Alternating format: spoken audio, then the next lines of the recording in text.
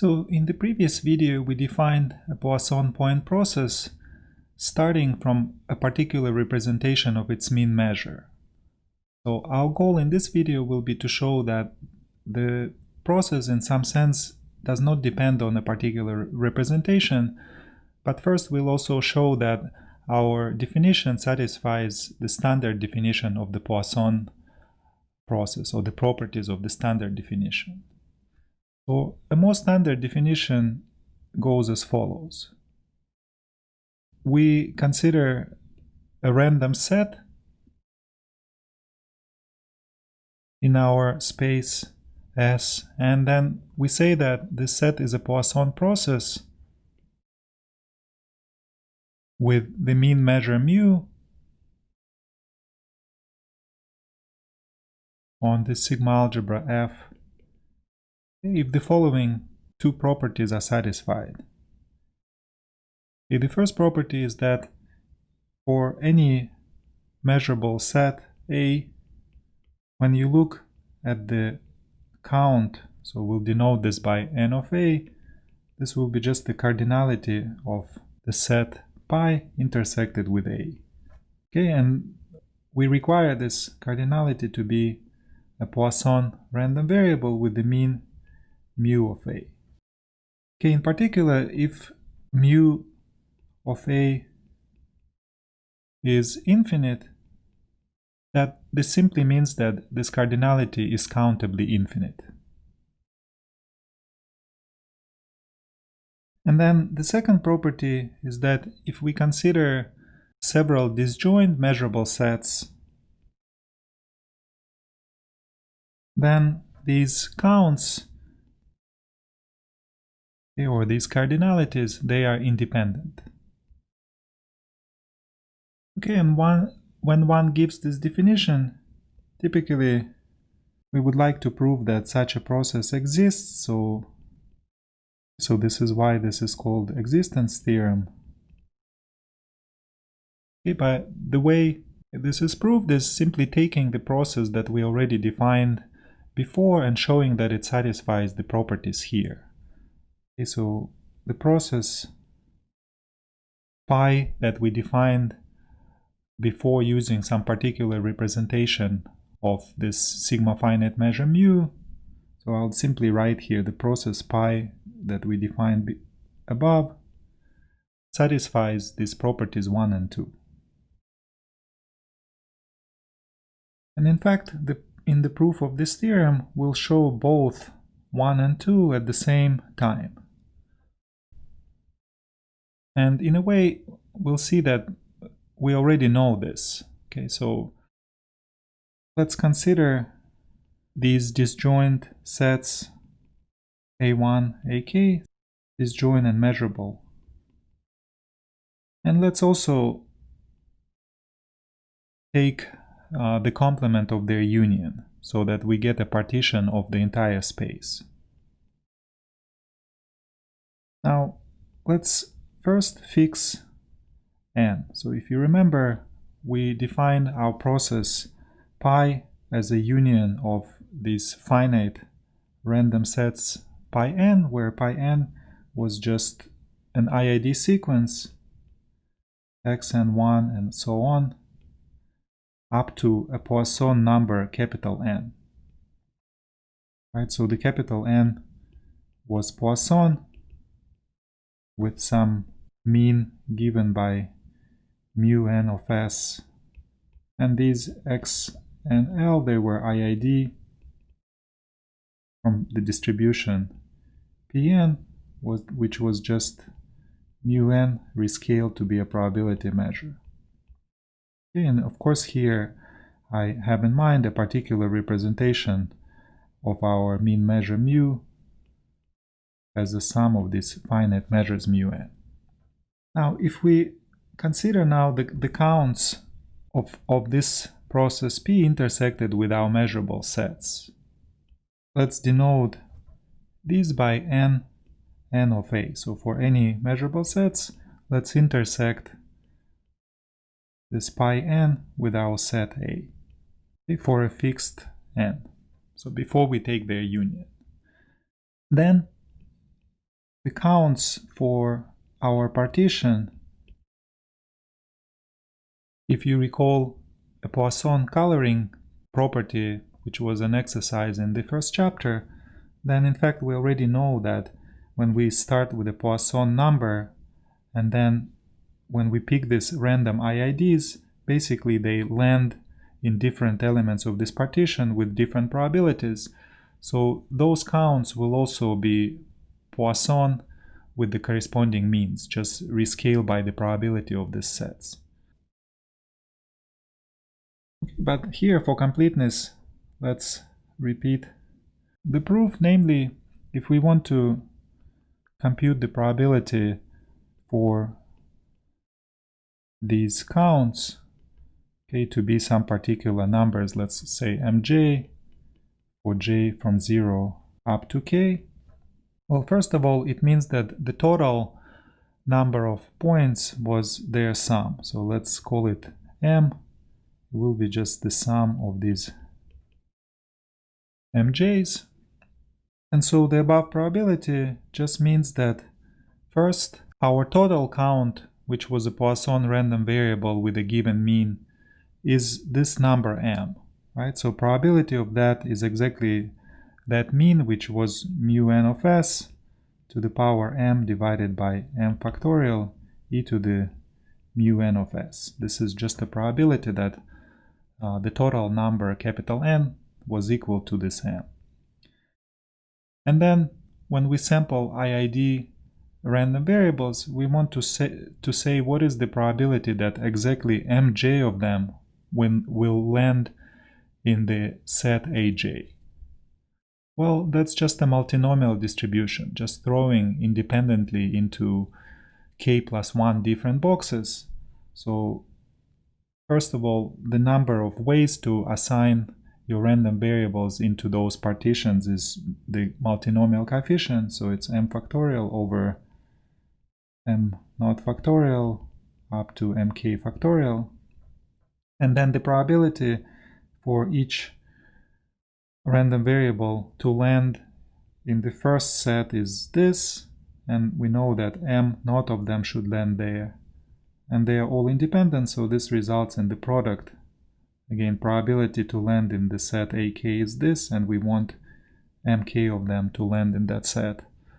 Right? And so the probability is just this product here. And then if here you just write Pn of aj by the definition, it was just mu n of aj scaled by mu n of s, then you can see that many things cancel here. So the factorial m factorial cancels, and then all these mu n of s here will cancel with this mu n of s because there is exactly m of them. The sum of all these mj is m. We can also represent this mu n here as the sum of mu n aj, and that means that we can rewrite this whole thing as a product over j from 0 to k mu n of aj to the power mj divided by mj factorial e to the mu n of aj. And that means that these counts are independent Poisson. Okay, and the mean of each one is exactly mu n of aj. Okay, so this is for a fixed n, before we take a union of these sets pi n, right? And then when we take a union of these sets pi n, let's denote by n of aj the cardinality of pi intersected with the set aj. And actually this will be nothing but the sum over all n of the counts as above. This equality here is due to the fact that our measure mu is non-atomic. So all the points in all our IID sequences, they are different. So as a result, this intersection, its cardinality will be just the sum of the cardinalities. And because for a fixed n, these cardinalities were independent, when we sum them over n, just by the grouping lemma, they will also be independent. So immediate observation that these counts will be independent for all j from 0 to k. And so we only need to check that each one is indeed Poisson with the mean given by what we want. Okay, but of course, if we write this count here as the limit when capital N goes to infinity of the sum up to some capital N, here in this finite sum we have independent Poisson random variables. So we know that this finite sum here is Poisson with the mean given by just the finite sum of the means, which are mu n of aj. So in particular, for a finite sum, you can write the probability that this finite sum takes any value r in the natural numbers starting from 0. Right? It's just this Poisson probability given by sum to the power r over r factorial e to the minus this sum. Okay, and so now when we let n go to infinity, right, we see that on this side we will get convergence to the probability that the series takes this particular value r. And of course here we use the fact that our random variables take only integer values. So the almost sure convergence of the random variables here implies the convergence on probability for each of these values r. Right, and on the right hand side you just get exactly by definition, you get the measure mu of the set aj to the power r over r factorial e to the mu of aj. Right, and if this measure mu of aj is finite, then that's exactly what we wanted to show, that this cardinality of the intersection is Poisson with this parameter mu aj. And we also know that if the mu of a particular set is infinite, then the right hand side here is actually 0. So the calculation shows that the probability that this count is equal to r is equal to 0 for any value r starting from 0, 1, and so on. And what this means, of course, is that this count is equal to plus infinity, and so our intersection is countably infinite. It's countably infinite because in our definition of the Poisson process, the whole set is at most countably infinite because we just take a countable union of finite sets. Right? And so that finishes the proof of this existence theorem that the Poisson point process that we defined in the beginning satisfies these properties of a standard definition. And using this fact, next we will prove the so-called equivalence theorem, where we will show that the random set that we generate according to some particular representation of our mean measure is actually indistinguishable from a random set generated by any other representation. So next we will prove this equivalence theorem. And before I state this theorem, let's recall that we assumed that the measure mu, the mean measure of our Poisson process, is sigma finite, which means that we can break our space into accountably many disjoint measurable sets. Okay, so here this union is disjoint, such that the measure of each element in this partition is finite. And so to state this theorem, let me write in parallel two possible representations of our mean measure. Okay, so on the one side we had our original representation as a series of some measures mu, not necessarily defined on disjoint parts of our space, but with finite measure, which we also wrote as the sum of the total mass of each piece times the rescaled piece, which becomes this probability measure Pn. And on the other hand, assuming that our measure is sigma finite, we can also write the measure mu as this sum over m of the measure mu restricted to these disjoint elements of the partition above.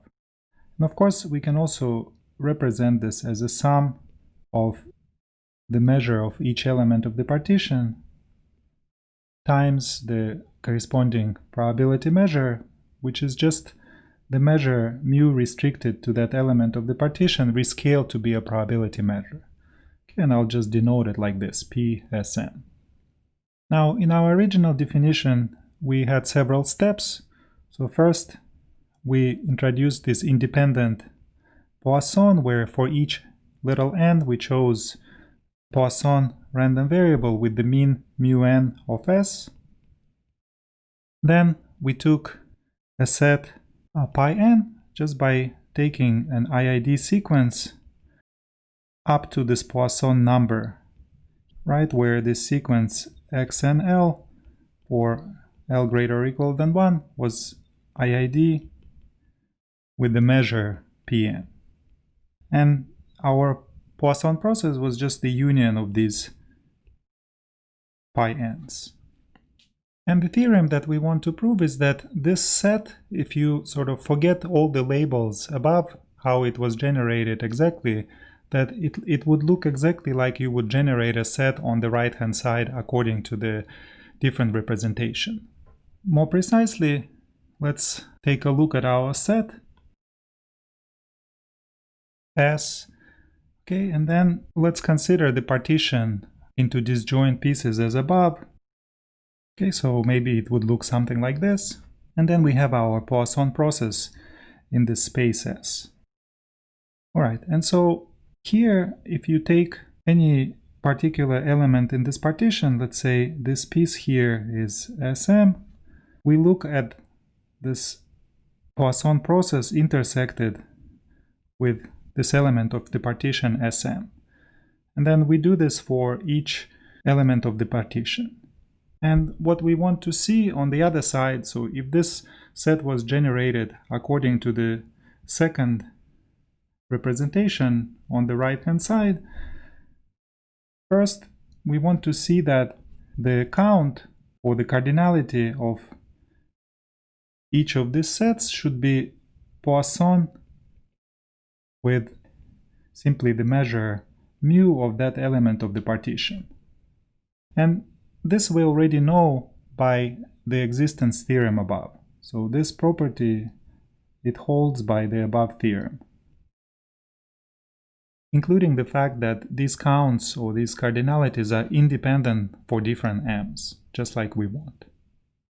Now, on the event that the cardinality of this set is some particular fixed integer, let's say little n, if we generated this process according to the representation on the right hand side, then this part of our process inside this set Sm should be IID from the distribution given to the probability P of Sm above.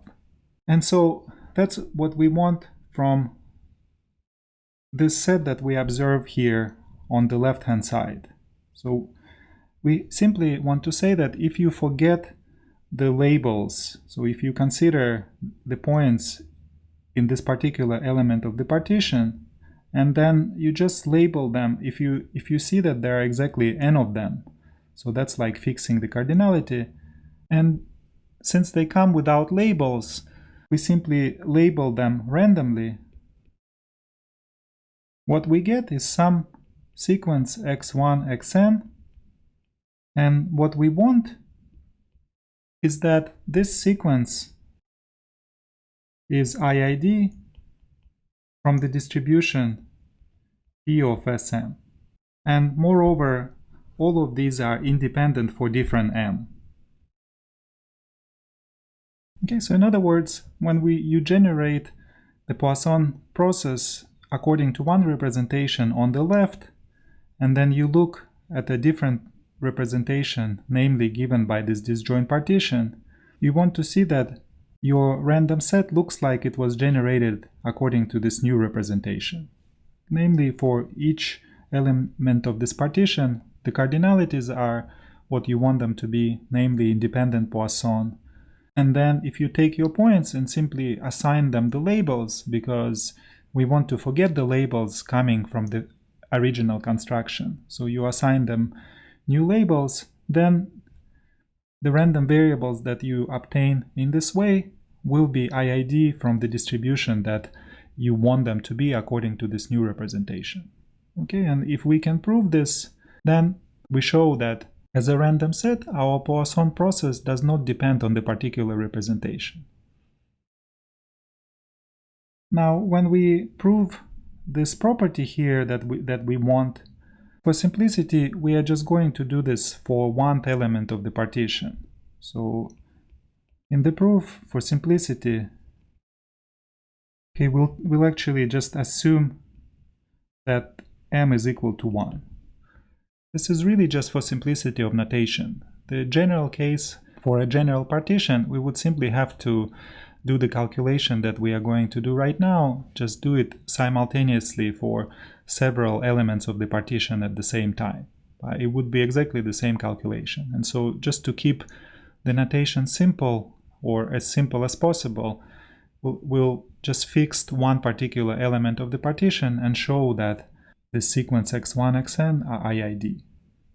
The proof for the general case would also show in parallel that what happens on different of elements of the partition is that everything is independent like we want, but for simplicity I will just focus on one element of the partition. And in fact, not to write a particular label m, we'll simply omit it and just assume that the measure of the whole space from the beginning, it's already finite and it's decomposed into the sum as above, and the process is given by the union of Pn's, where Pn was just generated as above. In particular, since we assume that the measure is finite, when we look at the cardinality of this entire process, in fact, this is just now, since I'm not even focusing on one element of the partition, that's just the cardinality of this whole process. Let's call it capital N. This is Poisson with the mean mu of S. Okay, and what we want to show is that given this Poisson count, so given that the number of points is observed is equal to some fixed number little n, if you label the points in your process randomly, so you will end up with some sequence x1, xn on this event that the Poisson number capital N is fixed to be some specific number little n. Right? What we want to show is that the probability that x1 belongs to some measurable set b1 and so on, xn belongs to some measurable set bn conditionally on this Poisson number to be fixed. We want to show that this probability is a product of probabilities given by just rescaling of our measure to be a probability measure. So in other words, P of B1 up to P of Bn, where P is just our measure mu rescaled to be a probability measure. So our main goal is to prove this equation here. And then first what we'll notice is the following. So let's consider a partition of the space generated by these sets B1, Bm. So let's call it A1, AK, be a disjoint partition of our space generated by the sets B1, Bn.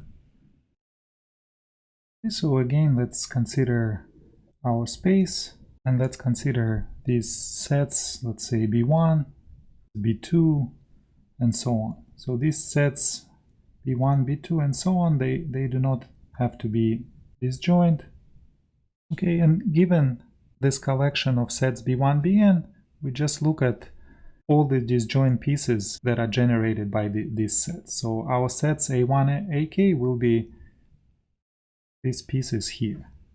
And what I want to say is that it's enough to prove the following. Okay, so in order to prove the above equation, it's actually enough to prove that the same equation holds if you replace the sets Bi by arbitrary choices of these disjoint sets A1, AK. So for the first x, you pick any one of these sets with the index J1 and so on. For the last xn, you can pick any one of these sets, let's say with the index Jn, and then conditionally on this Poisson random variable, we want to show that this is a product of probabilities of these sets,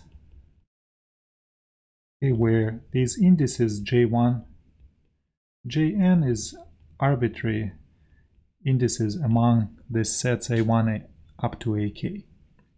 Okay, so in other words, these sets A1, AK are disjoint, but in this probability you can repeat the same set several times. And once you prove this, you can get the equation above that we want simply by writing each of the events B1, Bn in terms of the pieces that it consists of.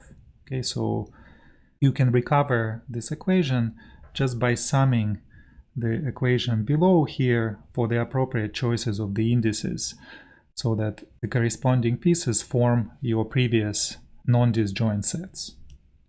Okay, but now we'll just focus on proving this equation here. And so let's consider a little bit more carefully this event that we are interested in. Namely that x1 belongs to some particular set in this collection, and so on. Xn belongs to some particular set in this collection. Now when we look at this event here, let's suppose that each set Aj from 1 to k appears a certain fixed number of times. Okay, so let's suppose that each Aj, so index j was up to k above, appears exactly mj times in this event. So in other words, mj of this x1, xn fall into that particular set. Okay, and let's rephrase this event a little bit more explicitly by giving some name to the indices that fall into each of these sets. So let's say that for each of these sets, so for j from 1 to k, the set Aj will contain the points xl in our sample for L in some particular set of indices. So let's say in the set of indices Ij with the cardinality equal to mj. Okay, so we just specified more explicitly which of the indices among x1, xn fall into each particular set. And one more time, let's rephrase this in terms of our original Poisson process. Okay, namely, when we construct our original Poisson process, or this random set pi, what we are trying to say here is that in this set, mj points are in each set aj for j from 1 to k. So when we look at this random set pi, we see exactly this number of points in each of these sets. And 2 is that when we assign random indices to points in our Poisson point process pi, the indices in the set ij were assigned to points in aj.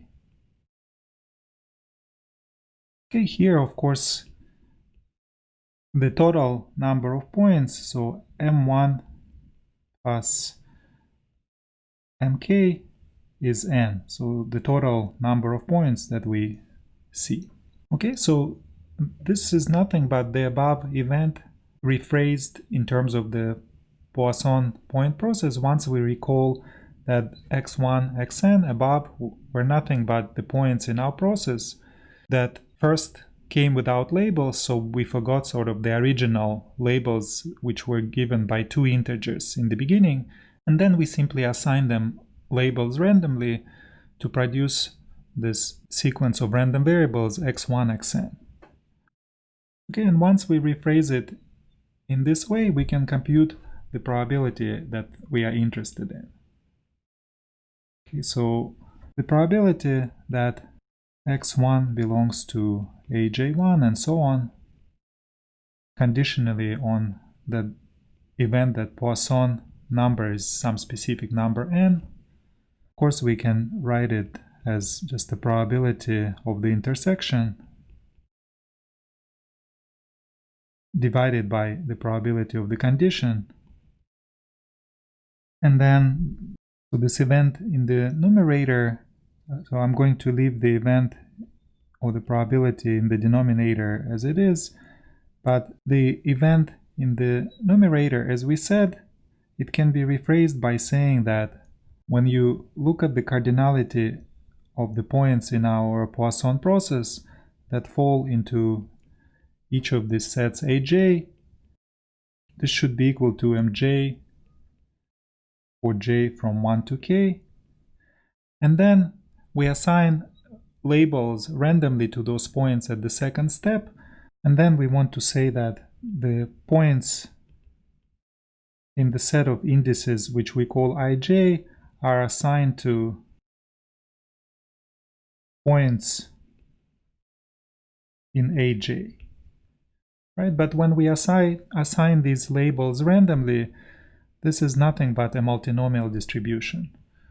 The total number of ways that you can assign the labels is n factorial, and then if you assign m1 points to the first set, you don't care about which order, so that's m1 factorial times, so you take a product of all these mk's factorial. And then finally, when we want to write what the probability of this event in the middle, right, that's where we appeal to the existence theorem again. Namely, because those sets aj are disjoint, we know that the cardinalities should be independent Poisson, and so we can rewrite the above as, well, first of all, this 1 over the Poisson probability, it will be just e to the mu s n factorial divided by mu s to the n, and then by the existence theorem, this will be just a product over j from 1 to k of the Poisson probabilities, where the mean for each set is just the measure of that set. So this will be a measure of this set, the number of points, mj factorial e to the mu aj, and this multinomial which comes from assigning the labels randomly. Okay, and if you look at this carefully, all the factorials here cancel, and then these exponentials, the product of the exponentials cancel with this exponential here because the sum of mu aj is just the mu of the whole space, and so here we're just left with product from 1 to k mu of aj divided by mu of the whole space to the power mj. And then we can actually write this as the probability p of aj1 up to the probability p of ajn, okay, because if you remember, the probability p was just the measure mu rescaled by the total mass of the space S, so each factor here is exactly probability of aj. And then we also recall that we can write it like this because we assumed in the beginning that each set aj appears exactly mj times in this product. So when you multiply them, each factor paj will be exactly to the power mj. And so this finishes the proof under the assumption that m is equal to 1. So for one element of the partition, where for simplicity of notation we just wrote it as a whole space, but exactly the same calculation will work in the general case. You just have to keep track of more sets and have this additional index m, but the rest of the calculation will be exactly the same, and so this finishes the proof of the equivalence theorem. Okay, and of course what this means is that if you have a Poisson point process, okay, which maybe is generated according to some particular representation of the mean measure of this process, if you are interested in some functional of this process, as long as the functional does not depend on the labels, then its distribution will be the same if you consider any other representation of the process. Right? So maybe one example that we'll consider in the next section is taking sums over points in our process of some measurable functions of x. Okay, these will be defined, or we'll assume that these are defined only when these series are absolutely summable, and in this case the order of summation doesn't matter, and so the distribution of this functional will be the same no matter what representation of the mean measure you use to generate this process. So in particular, when we considered various operations above, such as the mapping or superposition or marking, our resulting processes came with some particular representation, but we can study them using any other representation, okay, as long as the functional of the process that we are interested does not depend on the labels. And so this finishes a general introduction and an overview of Poisson processes.